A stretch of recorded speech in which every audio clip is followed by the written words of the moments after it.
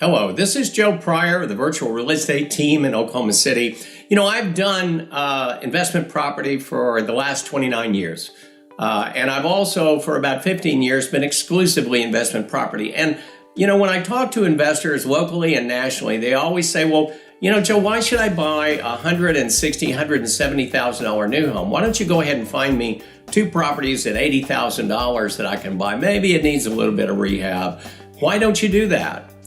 Because it seems, why not buy two properties instead of one? That seems like a logical idea, except for the fact of when they do the ROI, if somebody is trying to get you to do this, I will tell you just probably a good majority of the time, they're leaving things out of that return on investment analysis, because I can tell you two things that are going to really affect you. Number one is vacancy.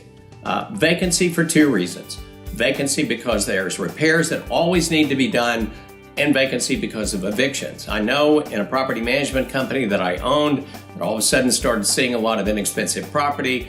I saw the amount of money billed for repairs go up astronomically. And then I also saw legal fees going up astronomically. And the reason why is if you get in this type of a rental, you're going to get into a lot of evictions. And evictions mean vacancy.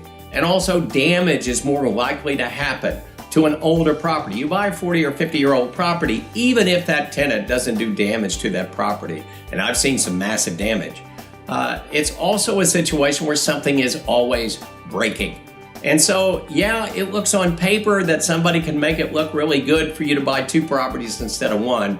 The problem is with maintenance. The problem is with vacancy. The problem is with evictions. And this is something you should be conscious of. Now, I can also tell you that finding a good property at that price in Oklahoma City right now is a needle in a haystack, because honestly, there's some places I don't want to go. There's some places I don't want to go into. There's some places I don't want to deal with people with poor credit, mainly because you have a greater tendency to do that now, in that $500, $600 renter.